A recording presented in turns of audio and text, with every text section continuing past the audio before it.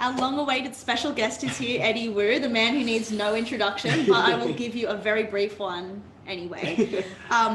Eddie is an alumni of the Faculty of Arts and Social Sciences here at the university, and he's also our education ambassador, sharing his passion for teaching and learning, especially at events like Info Day. So welcome to our live stream. So great to be here. Thanks for having me. No, we are so happy to have you, and I'm dying to know, what did you study here, and what are you doing now? So when I was here in this illustrious place, actually I should say not exactly this illustrious place, this building didn't exist when I was here. And the bridge over City Road to Wentworth building went in a whole different direction, and my brain is still confused when I walk across. Yeah. So I did, when I studied here, a Bachelor of Education honours in secondary mathematics and IT as well. So that's what I trained to teach, and I did teach that for several years. Right now, I'm still classroom teaching, but I also have a bunch of other hats that I wear. So you mentioned I have one with the university. I love being the university's education ambassador. 12 months now that I've been able to do that. So good. I also have, within the New South Wales Department of Education, because I've worked in public schools my whole working life, I get to work across the state running professional learning for teachers. It's super important that we get into a place where we can lend our capacity and our leadership to others and support them. And I've certainly realized after teaching for 12 years, I'm now kind of that next generation looking at people coming through this university and thinking, okay, I've knowledge and expertise to pass on to them. Absolutely. Yeah. And I also have so many capacities in which you do that. I've written a book, and I have a TV series as well, but they're by the by. So. What's the book called?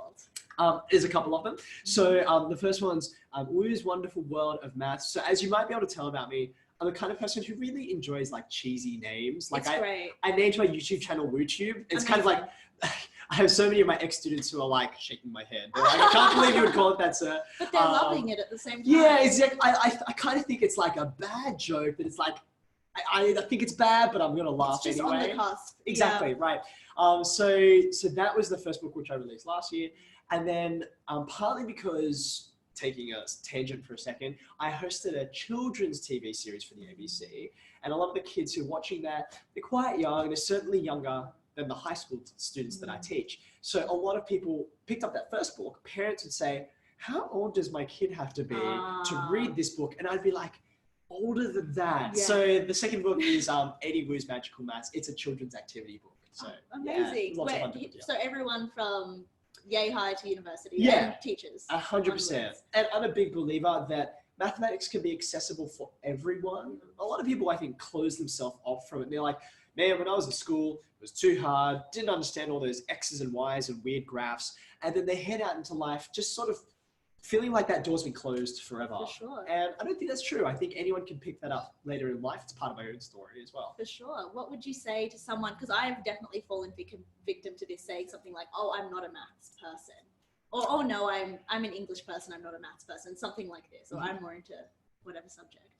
I guess my response to that would be two things, I suppose I would say. The first answer would be autobiographical. So when I was at school, the kind of kid I was all about the humanities. Like I did drama all the way through year 9, 10, 11, 12. As soon as I could choose it, I took it on. I just loved the power of storytelling. Yeah. English and history was the same. And so when I got to university, I knew I wanted to be a teacher. So I thought, well, I'll become a humanities teacher. That was the plan. Now, it sort of took a radical left turn when I discovered there's this huge need in mathematics education. And so I had to go down this rabbit hole of learning maths almost from scratch. Like I felt like, you know, I'm sure people view out there, if I say something like Pythagoras' theorem, like that's somewhere kicking around in your brain. You're like, I don't know. I know it exists. Yeah, I know what it is. Don't ask me to do it, right? Now, here's the thing. I'd learned as a young student how to do that, but I didn't understand anything about why it mattered or what its significance was for my life or the world. And so I kind of had to learn all those things from scratch. And so I want to say to anyone who feels like they're not a maths person, neither was I. Great. But maybe there's not such a thing as like you're locked in one way or the other. Yeah. The second thing is like there's a lot of research now that talks about neuroplasticity and the amazing ability of the brain to rewire itself and do things we thought were previously impossible. Right. So I guess what I'd say is never count yourself out. Great. It's never too late. So everyone can be a maths person. 100%. Great, perfect. And so it's interesting because through that whole journey, you studied in arts and social sciences to become a teacher. How would you describe that experience, like what you did on campus here? It was a series of wonderful surprises and shocks. Usually you don't describe a shock as a good thing, but when you're, delightfully surprised, for example, if you can picture working your entire life for many years to like climb a particular mountain, like Everest or something like that, and you've like made this your life's goal and you've like prepared everything, and then you get to the top and you're like, I've reached the summit. Can you imagine what it would feel like if you reach the summit and then from that vantage point, you suddenly realize, oh, there's like a whole mountain range in the distance that I couldn't see from the ground. But now that I'm here, I realize there's so much more to learn. And that's what university was like for me. I think many people who are contemplating like year 12's over, got my HSC or my IB under my belt, I'm like, cool, my goodness, that's all behind me. But you're about to reach the top of a summit that will show you this big wide world around you. And when I got to Sydney, the people I was surrounded by, my lecturers and my tutors, they just constantly would give me all these ideas I'd never interacted with. I'd go into my professor's office with a question I wanted answered. And then when I came out of that office, not only did I have my question answered, but I had 5 more questions in my head that I didn't even know to ask before that. And I'm sure you've had that experience too. And also 10 more book recommendations to read it's to answer the 5 questions I just thought of. Great. Every single thing, it's kind of like, that was a 10-minute answer to a 5-second question, but now my brain is just buzzing. All of uni was that whole experience for me. Also, many things I think is a 5-second answer, and if you think about it a little bit more, it's actually quite a lot more than that. Yeah, it's that that complexity and nuance in the world that I think, so often we want simple ways to understand things, and it's not like searching for a simple understanding is a bad thing, but what university I love pushed on was that everything is different shades. You need to see it from all these different perspectives. And I think that was what was great about coming from a school where I think it was a fairly sheltered environment. I went to school with a lot of people very similar to me. Yeah. And when I went to uni, I thought, okay, well, lots of people are going to be like me. They've chosen the same degree. So different and brought such different perspectives, values, priorities. That was a real eye-opening experience for me. I agree. No, I could not agree more. I also had a high school experience that was a lot of people, it was a lot of very similar people. And so to come to somewhere like the University of Sydney that just has diversity in so many different ways was really, really has made such an impact on my life. Definitely. Absolutely. Oh my goodness, we are getting a lot of questions coming through. Wow. Okay. I'm going to start with the top one. Question. I got a really high ATAR and want to become a teacher, but my family tells me I should do something like law. Do you have any advice for how I can convince my family to let me become a teacher? Okay. So that question, that particular question, like I could have written 17-year-old me could have written that question, because as someone who sort of like I excelled in languages and communication, like law was sort of what my parents the natural path to take. Right, exactly. I guess, especially also coming from a migrant background, I was born here like my siblings, but my parents definitely made a lot of sacrifices to come here, and they were like, no, this is not what this is for. Like, we didn't come here for this reason. Yes. So I totally get, like, that struggle is very real. I guess what I would say is, number one, in view of that, don't necessarily feel like convincing your family is going to be the be all end all, because you know what, like I don't think that it necessarily is productive to pour all of your energy into something which you may never be fully convinced. When I think about my own children, and even though I'm sure the person asking this question is like 17 or 18 years old, our parents will still think of us as 5 and 6 years old. We've lived our entire lives needing them, their direction, their support, and it's really hard. I already know, having children who are in primary school, it's hard to make that transition. And so I want to say, look, you're going to be the person who has to live with the consequences of the choice that you make for your life. Like, you're the one who has to study that and do that work and all that kind of thing, right? I will say, probably the most helpful thing, at least for like my dad, my mum passed away when I was in first year uni, so she never really got to see all of what happened. But what convinced my dad, I think, was that he wanted me to do something that I was good at and made a difference in the world, and that I could really, put my best efforts toward. And I think that when I started to do that as a student teacher, when I was volunteering, and then when I got into full-time work right at the beginning, I think that was what sealed the deal. And I know that's a very long-term answer, but I don't think there is I'd love to give you this is the thing you say, and then it's magic. This is the line you pull out. But it's the attitude that makes your parents care so much that they have that very particular desire for you, that's been years in the making, probably before you were born. So it's not going to go away fast. So I think what's important is that there's a willingness to come to a sort of agreement that, yeah, it's okay. We have different priorities for this. I'm open to thinking about what law might look like, but I also feel very strongly about education, and no one's going to make a difference. I think that will really help. Absolutely. And it makes such a difference. I completely agree. Okay, next question. What did you like most about Sydney? The buildings look really cool. Did you join any clubs? Wow, that's a tough question to answer. I think because there's a comment in the middle. Are they asking, do they want to know if you I like agree. The buildings do look really cool. I know a lot of my students that I teach, when they come to Sydney and I ask them the next day, hey, what did you think of it? They're like, OMG, it looks like Hogwarts. So I'm like, okay, yeah, what else? Okay, now that is very important. It's true. And I will also point out, I mean, I did mention that this building's new.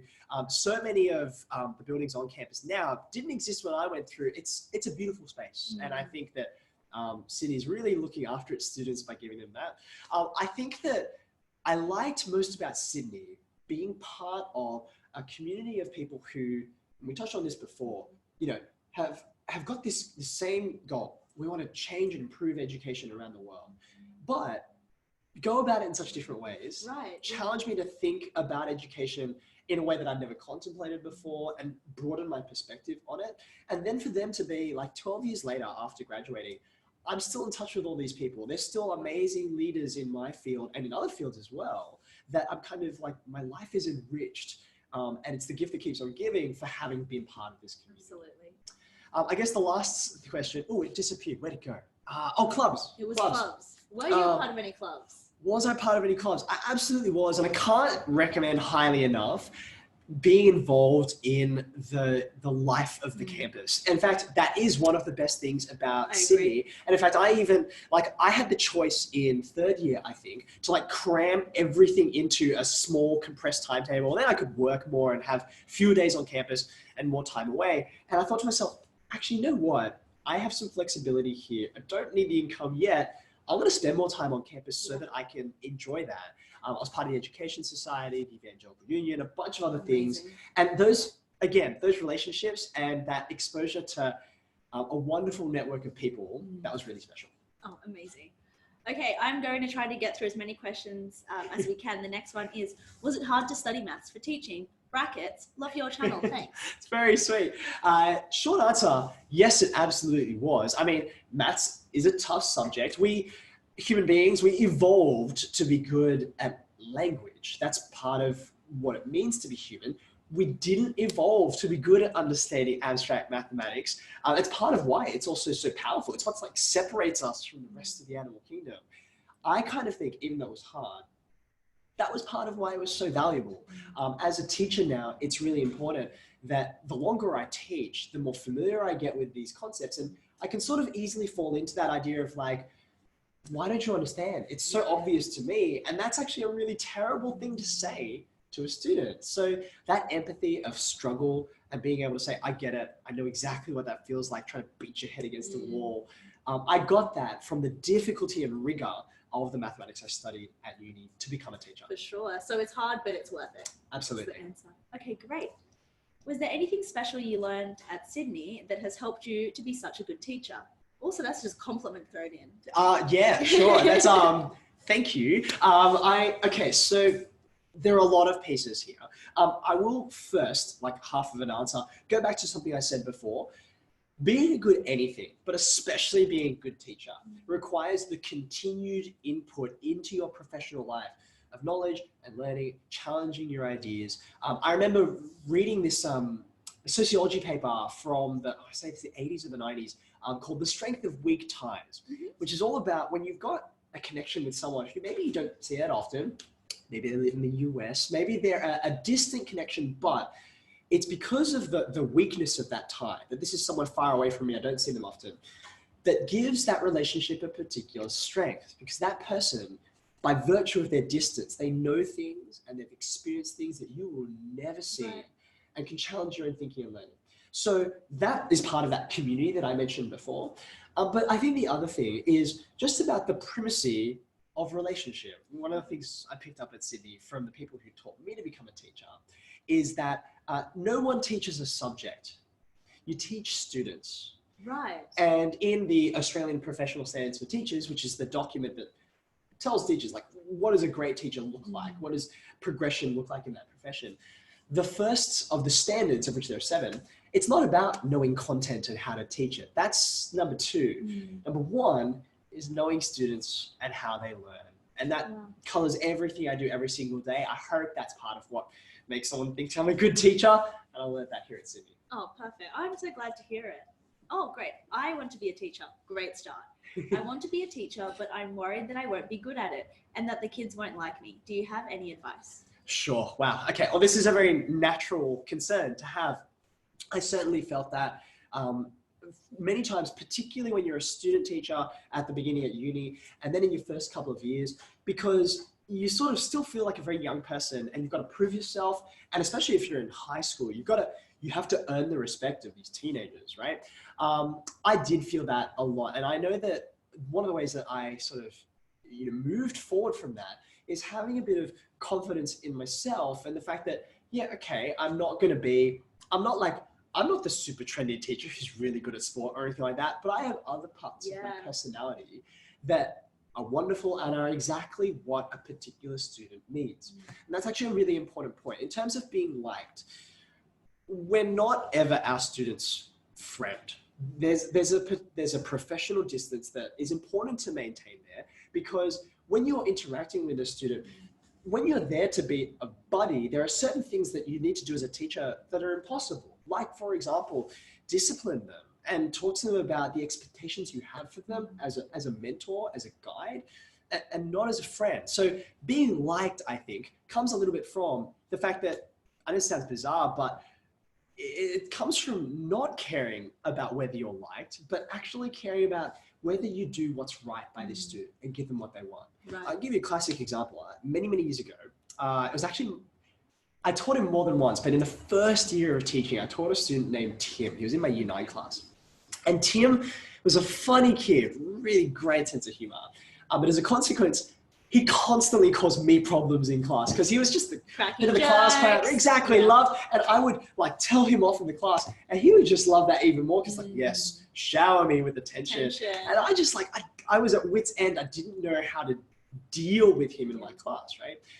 What I eventually worked out to do was look, his behavior was impacting the learning of everyone else in the class. And so I had to be pretty strict with him.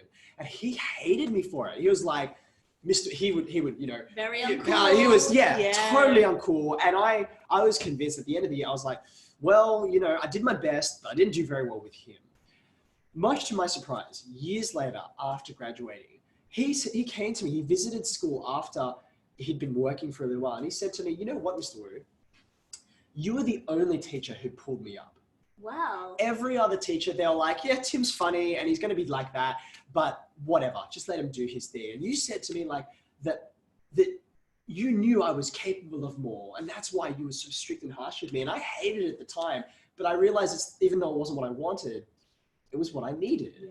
And you know what? For every Tim who came to me afterwards, years later, and told me that, there are lots of them who didn't, but I know I have that impact on students, and you've got to know what they need, and sort of that comes with a confidence that actually, ironically, is likable. Like, this person knows what they're talking about.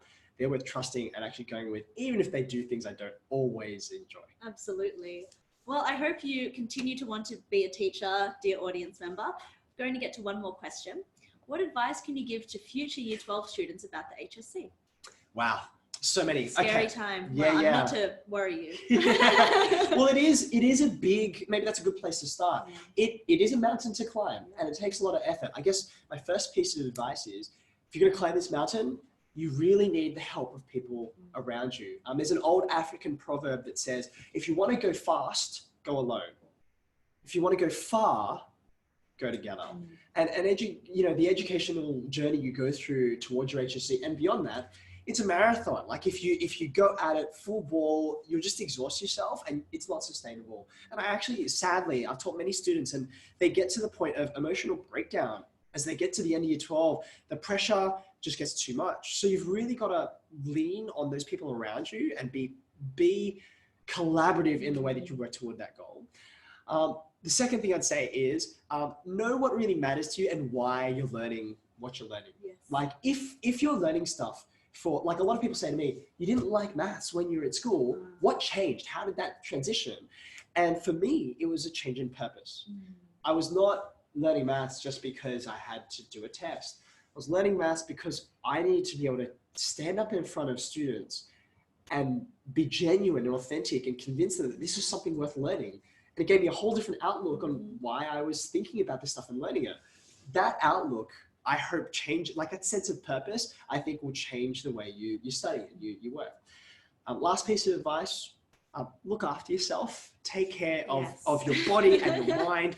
Don't, under any circumstances, like stop doing sport. If you love sport and you're like, oh, it's year 12, I better get serious now. That is a terrible mistake. Yes. Do sport. It will keep you sane. It will keep you healthy. Your brain is part of your physical body. You want to be fit if you want to perform at your best. And you've got to look after yourself psychologically. Your well-being is so important. And so like a lot of people, they will shortchange themselves on sleep so they can read more or do more past papers. And nothing is more counterproductive than doing that. So look after yourself and you'll make it to the end. Perfect. Okay. By the time I graduate from teaching, it will be so long. Do you think that the future of teaching work might change by the time I finish compared to now? I can say with confidence that teaching will change by the time someone finishes their degree. I've been teaching for 12 years, and even over that relatively short amount of time compared to like a teaching career, there's been significant changes in technology, in syllabus, in this enormous social experiment that we're conducting on, the young people of today, that everyone and their dog has a smartphone, and we kind of have it attached to our hips, and that changes the way we interact socially. That wasn't a thing when I started teaching. The iPhone was only invented after I've been teaching for a couple of years. So yes, it will change, but in some ways, the parts of education that matter most won't change. Humans are humans are humans are humans. And if there's one thing I've learned from teaching across the country and around the world too, that even when there's language barriers and differences of culture, young people still love to learn. They still love to have the experience of discovery and surprise. They still love a challenge. They're still people who need to be cared for and supported and guided through the difficult emotional ups and downs of their lives. These things are timeless. And so whatever preparation you get, yes, there'll be lifelong learning and adaptation, but that's okay. It's part of the fun of being a lifelong learner. Great. So they don't have to worry about their degree becoming kind of outdated, or it's still going to be relevant? If there's anything that an educator knows, it's that having that commitment to continue growing and learning is what really matters. But what's great about what I learned at uni is that it gave me a foundation for how to think and approach all those new things I was going to learn. It gave me a framework to fit that into. And so, sure, the syllabus will be different. That syllabus that you learn to teach when you're at uni, yeah, it's going to shift and change, but also it's going to give you an avenue and a sort of platform to learn those new things and understand them well. Right. Okay, great. We are going to have to wrap, but last advice, what would you offer current students that are thinking about coming to study here at Sydney?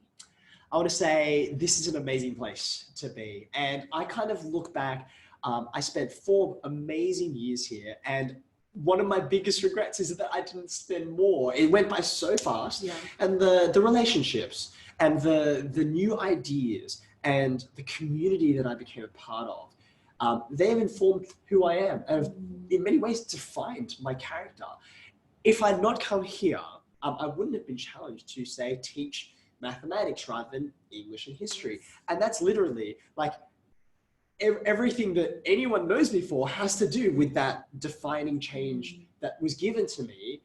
I was challenged to make when I came here to Sydney University. So I'm excited for anyone who's contemplating being here. It's an even better place now than I was when I was here. It's really actually, despite being Australia's oldest university, it's one of the most progressive, I think. So it's an exciting place to be in 2020 and beyond. I completely agree. Thank you so much for speaking with us. It's been wonderful speaking with you.